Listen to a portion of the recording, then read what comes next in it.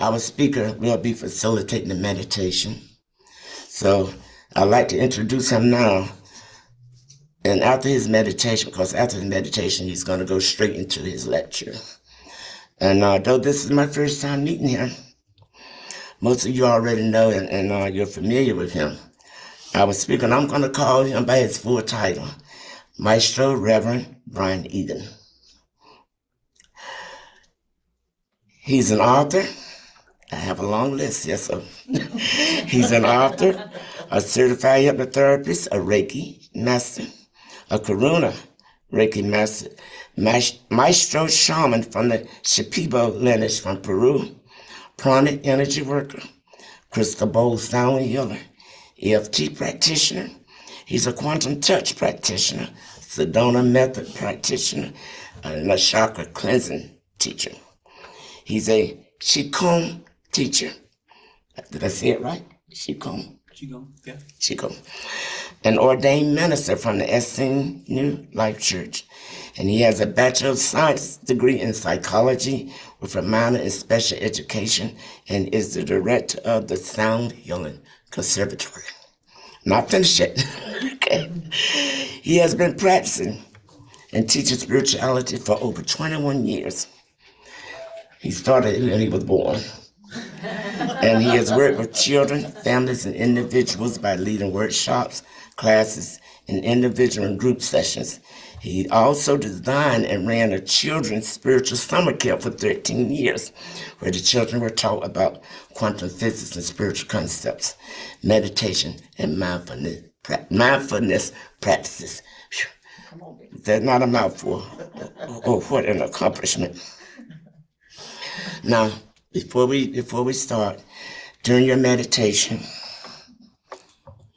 please share your prayers and healing and love with and light with those whose names are on our prayer tree and whose names come to your mind while you're in meditation. Now I give you our speaker and meditation facilitator today, Reverend Brien.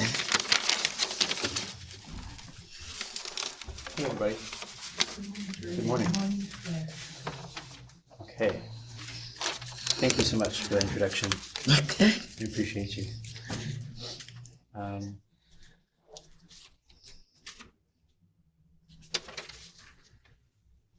The title for the talk today is Auspiciously Now.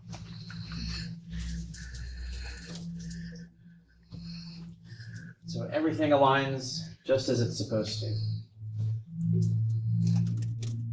So think about the ways things have aligned for you in your experience now. We're going to shift our awareness from ourselves all the way out to the planet. First, start with you. Notice in yourself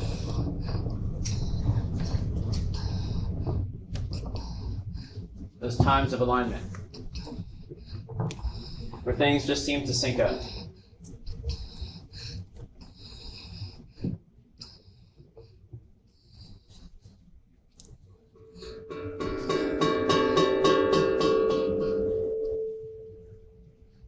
Take a deep breath into that space.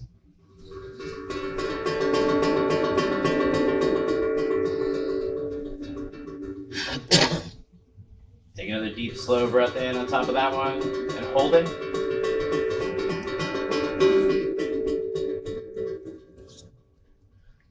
When you breathe out, I want you to sigh it out with me. Ready?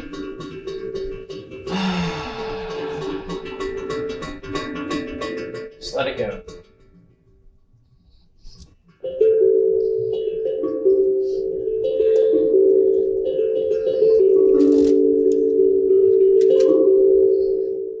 Take another deep, slow breath in.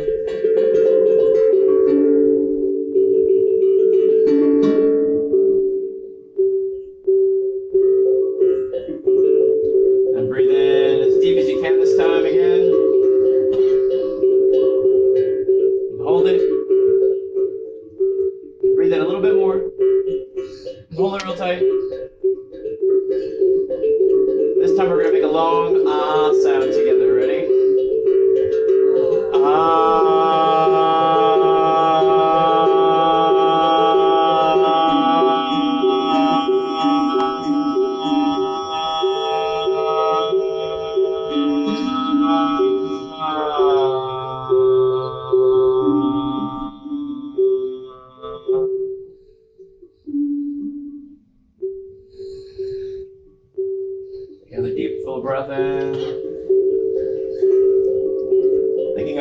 heart resonance right now. That field that emits from your heart.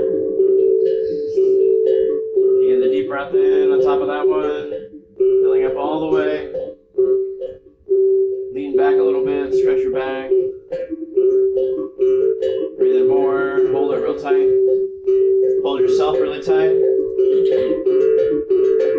We're going to breathe out with another ah, but we're going to go ow. Okay, ready?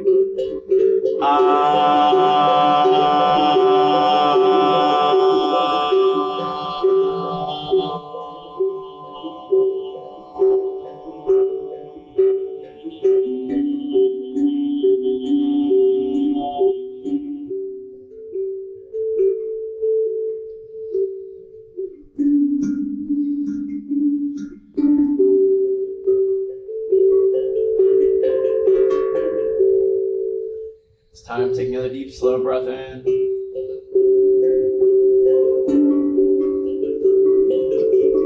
Breathe in some more. As deep as you can, and I want you to hold it. And I want you to tighten up your whole body. Hold all the muscles in your body really tight. This time we're going to make a sound, but I want you to play with the I want you to go up and down it like a scale, like a music scale, like Okay, ready?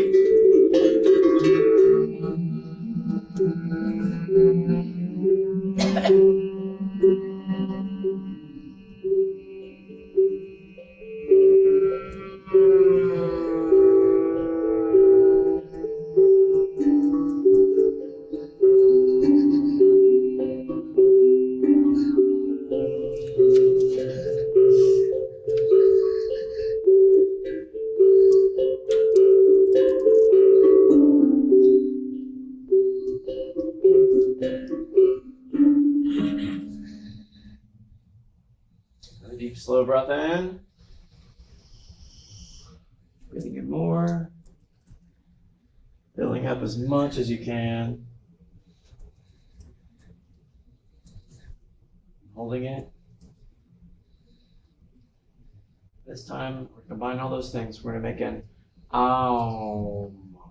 We're going to hold that as long as you can. Ready? Breathe in a little bit more. Hold it real tight. Together.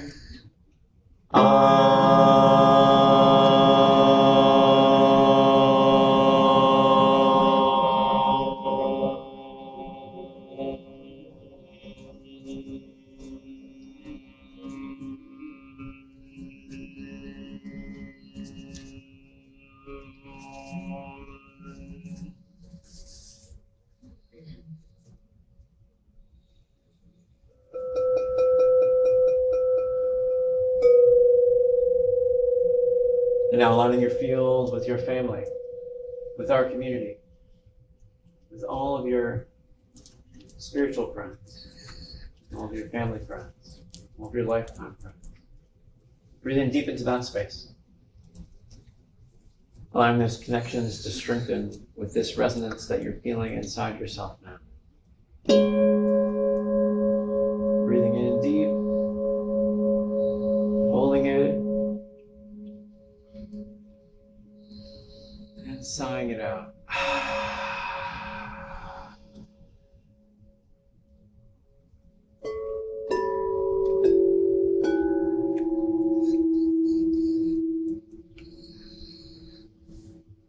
Take another deep, full breath in.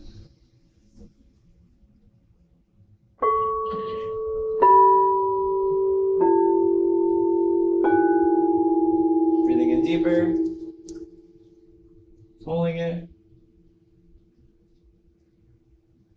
This time, directing your attention towards opening up this field even wider to include our country. All the turmoil we are sitting in now. All the joy we're sitting in now. And breathe out slow, acknowledging that space.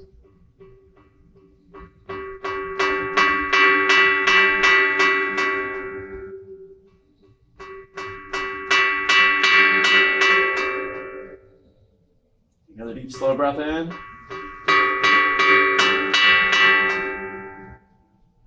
in deep.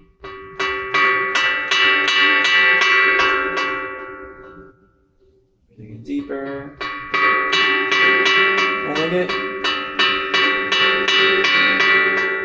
Allowing in your mind, in your heart, in the collective, positive growth. Breathing into that space, allowing transformation for all of us.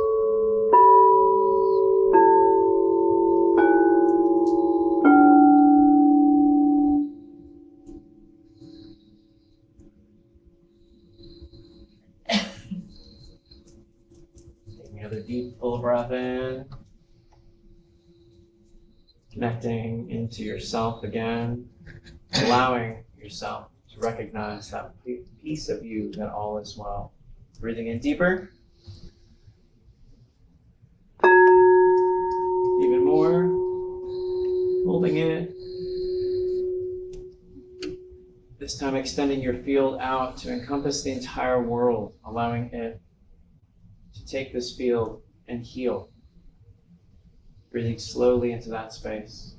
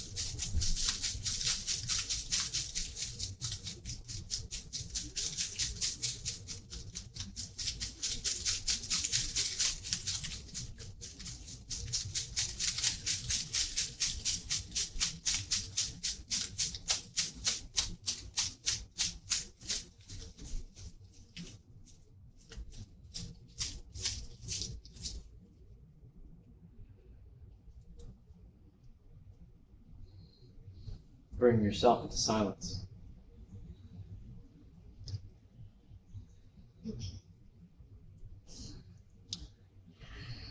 Feeling it surround you like a warm blanket, holding you here in presence, allowing yourself to be tuned to your highest, most positive, effective synchronicity. Allowing this serendipitous life to unfold auspiciously. Thanking the silence for holding the space for us.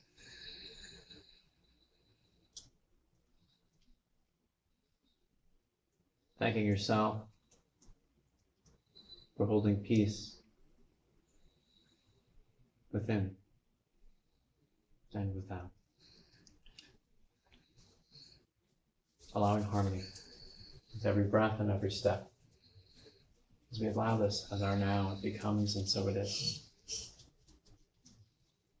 Coming back to your fingers and toes, your hands and feet, arms and legs, and back behind your eyes as that still small eternal voice. And when you're ready, open your eyes, feeling wide awake and wonderful. Hello.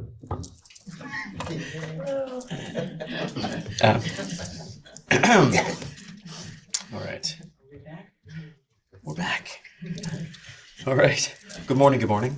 Thank you for sharing the space today, for just acknowledging all the wonderful,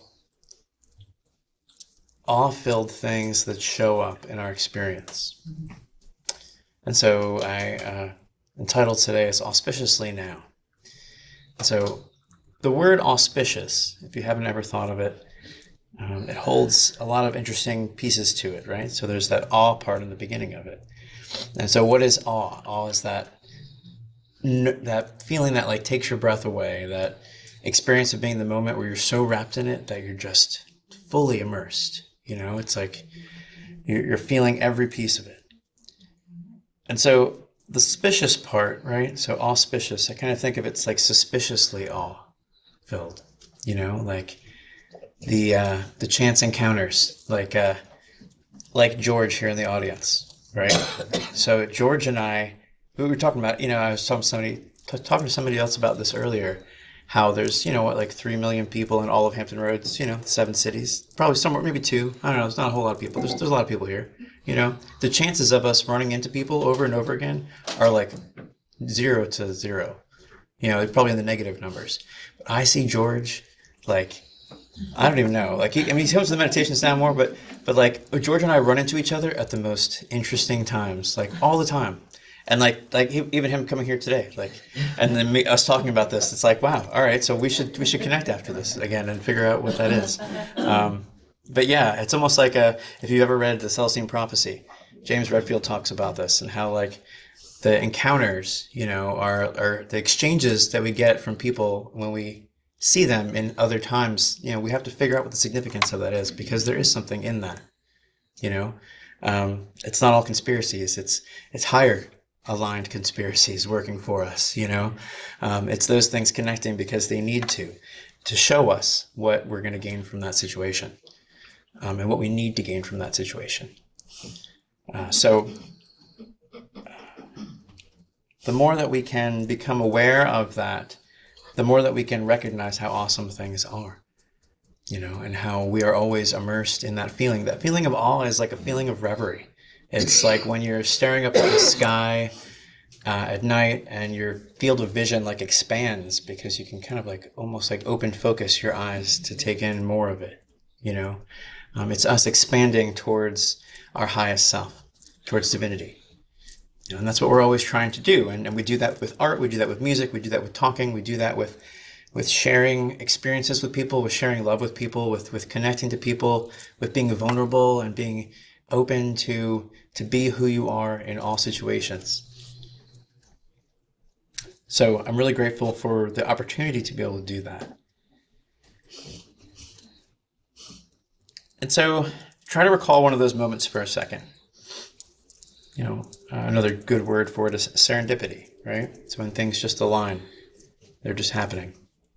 The synchronicities have all come together. The coincidences cannot be called coincidence anymore because they are evidence now, more so than coincidence.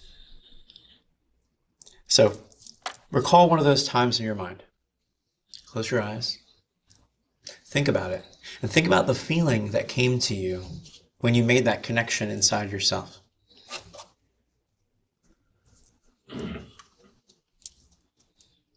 Take a deep breath into that. Hold your attention and your awareness to it. Just slowly breathe out. Acknowledging that feeling when the pieces fit, because they do fit. Breathe in some more. This is how we build trust with spirit, to connect and to allow things to show up to help us more. Breathe in more to that space and hold it.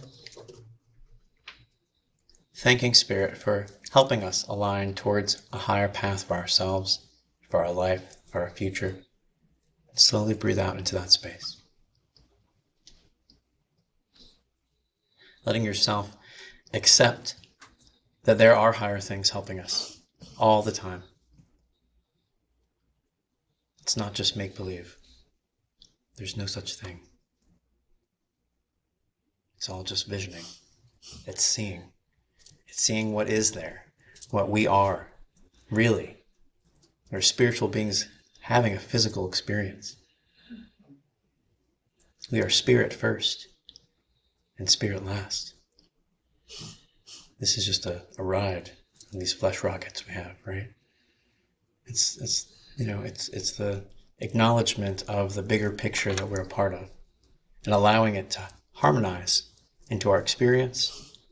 And how do we make that happen more? We make that happen more by clearing our hold on the past and what it had to be, what it has to be now because of what it was. As we heal our past, we fix our future. We're realigning towards a higher vibration when we acknowledge the things from our past and we make peace with it. Every part.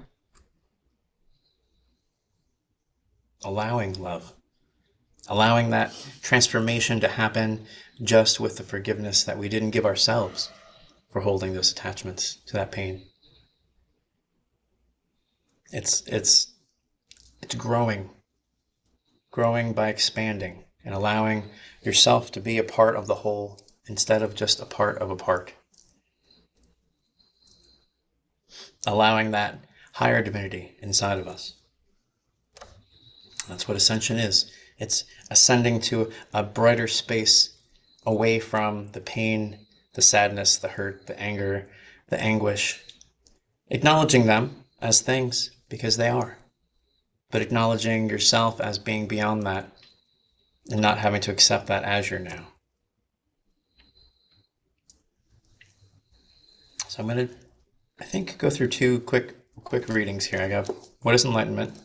So we're going to allow the book to tell us. See how auspicious we can get it today. All right, let's see. All right. It's page 98. This is by John White. Love, Freedom, and Enlightenment. And this is from the book What is Enlightenment? And it's a number of different spiritual authors. Oh, this was edited by John White. So the guy that wrote or edited the whole book and organized it. This is his piece. Okay. So this is him speaking to Krishnamurti. Krishnamurti. No. Now wait a minute. Humility is not the opposite of authority or pride. This is White. Explain that, please. Krishnamurti. Let's take the words good and bad. We say this is bad and that is good. To hate anybody is bad. To love is good. Are they related? The bad and the good? White, they would seem to be. Krishnamurti, therefore it is not good. White, the good is not good if it is related to the bad? Krishnamurti, it is not good because it contains the bad. Sir, look, love and hate, if they are related, then it's not love. White, one can say it's tainted love or impure love, but it's nevertheless love. Krishnamurti, it's not love. White, how does one attain to pure, unadulterated love? And how does that relate to enlightenment? Krishnamurti, it is related to enlightenment. You have made the statement that enlightenment is the direct, immediate perception of truth. Not my truth, your truth, Christian truth, or whatever, but truth. As long as there is the observer, the perceiver, when he perceives, it is not true. Truth can only be when there is no perceiver, only perception. That's totally different. Wait, you mean there's no mental sense of boundary or division between subject and object? Krishnamurti, and what is the relationship of perception without a perceiver and love? What is love? Is it desire? Is it pleasure? Is it something put together by thought? Can there be love when there is ambition? Where there is jealousy, hate, fear? All that? Obviously not. So unless there is freedom from fear, there is no love. White, and freedom from ambition and lust and so forth? Krishnamurti, of course. But what do you mean by lust? White, I mean one of the traditional forms of unvirtuous behavior. Krishnamurti, a traditional form of behavior is not behavior. It is following a pattern. White, there can be intelligent conformity. Krishnamurti, no. If it is conformity, it is no good. White, voluntary conformity is nevertheless freedom. Krishnamurti, now wait, sir. Conformity can never bring freedom. White, I'm saying that freedom can lead to conformity, intelligent conformity. Krishnamurti, when I go to India, I go in Indian clothes. When I'm in Europe, I wear European clothes. But that's not conformity. White, but that's the sense in which I'm using the word. I mean abiding by the customs of a place or society. Krishnamurti, that's a very trivial affair. Look, I get up when a lady comes to the door. That's simply manners. White, but I mean more than that. It involves the customs codified in law and politics as well. Krishnamurti, sir, politics are creating more and more problems. They start to solve one thing, and the solution raises a dozen other problems. White, we're talking about love, freedom, and enlightenment. I made the statement that in freedom, one can voluntarily conform to certain customs, and that can be a loving act. Wait just a minute, sir. What do you mean by freedom? White, I'm using it in the sense I get from your use of it, beyond all biologically, hereditarily, and socially conditioned thought and behavior. Krishnamurti, your brain is conditioned by education, by tradition, by television, by newspapers, the whole society you live in, and by the environment. And as long as that condition remains, there is no freedom. White, agreed. Krishnamurti, laughs. You can agree with anything. White, for the sake of our discussion, that is perfectly sensible to me. Krishnamurti, this is not a discussion. A dialogue is what we are having. The meaning of that word dialogue is a conversation between two people. Have you gone into the whole question of dialogue? It's very interesting. We are having conversation, a dialogue between us. You put a question to me, I respond to that. You question the response, and I respond back and forth. You respond, I question. In this process, you gradually disappear. Only the question remains. And the same for me, because questioning is more important than my answer or your answer. Sir, look, you ask what is love, I reply, you counter-reply to me. You ask, I reply. To my reply, you question, and to a question, I reply. In that process, what's happened? You disappear completely. There is only question and response till we reach a point where there is only question, and you can't answer it, nor can I. Let that question flow, so that it is not personal responses. Get out of your own way, right? White, is it shared inquiry? More than that, sir. It is penetrating, pushing, till you reach a point where you can't push anymore. When you reach that point, you disappear. I disappear. There is only that.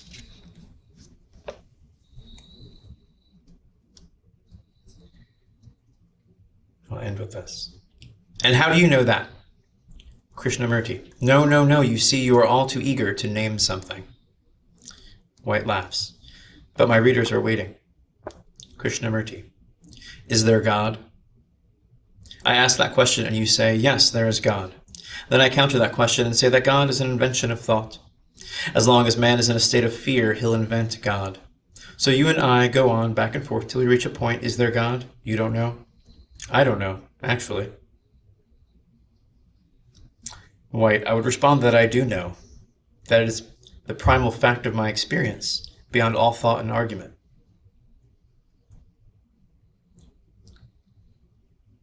Krishnamurti. Sir, just a minute. The scientists say human beings begin from a small cell and that we are the result of a small cell evolving. That is fact. But what you're saying is private, the invention of man. Evolution is not an invention. All that life began in the sea.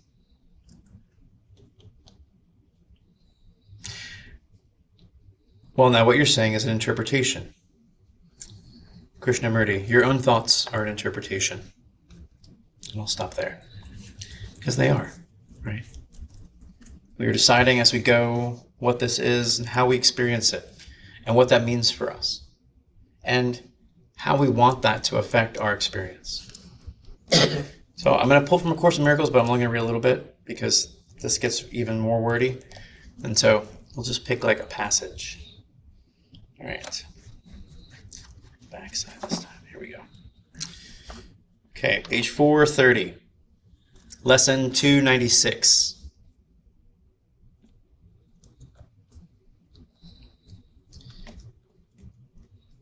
My sight goes forth to look upon Christ's face. I ask your blessing on my sight today. It is the means which you have chosen to become the way to show me my mistakes and look beyond them. It has given me to find a new perception through the guide you gave me, and through his lessons to surpass perception and return to truth. I ask for the illusion which transcends all those I made. Today I choose to see a world forgiven, in which everyone shows me that the face of Christ and teaches me that what I look upon belongs to me, that nothing is except your Holy Son. Today our sight is blessed indeed. We share one vision as we look upon the face of him whose self is ours. We are one because of him who is the Son of God, of him who is our own identity.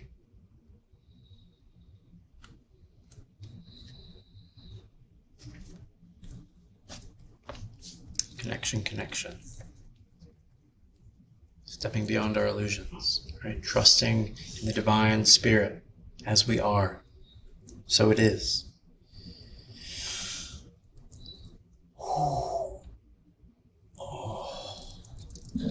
It felt good. It did feel good. All right, everybody, take another deep breath with me. In the meditation, we did an Om. And I really want you to feel it out. So I want you to listen to me first. It's going to be like the longest Om you've ever done in your life, okay? I want you to try to hold it the whole time with me. It's like 30 seconds, right? So listen to me do it first, okay? And so there's different parts to it. We did this in the toning class I've been doing. So, all right, so take a deep breath. Just listen to me first, though.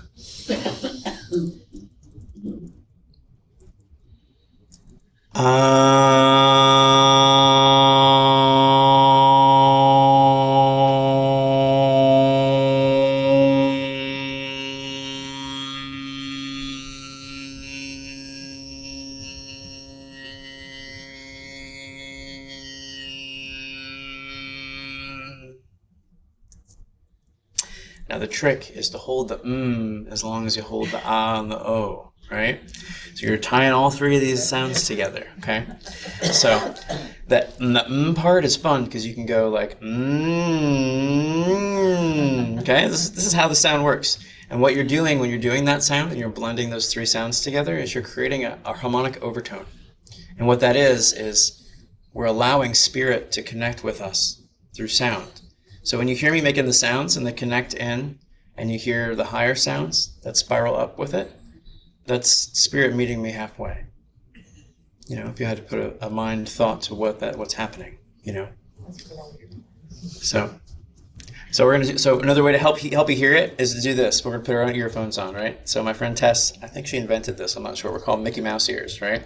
So you're gonna cup your ears like this, and when you make a sound, when you go ah, you can kind of hear an echo effect, right? So we're kind of creating a little echo chamber in our ears. So when you go the right, you're gonna do that, okay? All right, so everybody take a full deep breath. Breathe in even more. Try to give all three sounds the same effect to them and try to hear the overtone that happens. Breathe in a little bit more. Hold it real tight. Together.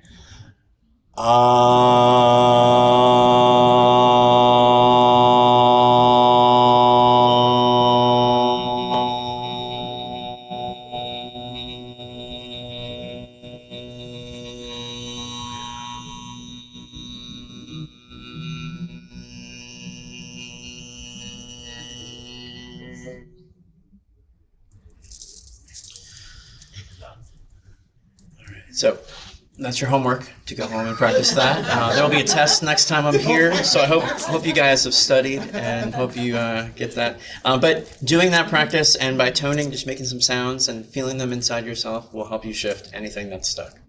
So easy things to take with you. So thank you so much. Appreciate you. Have a great day.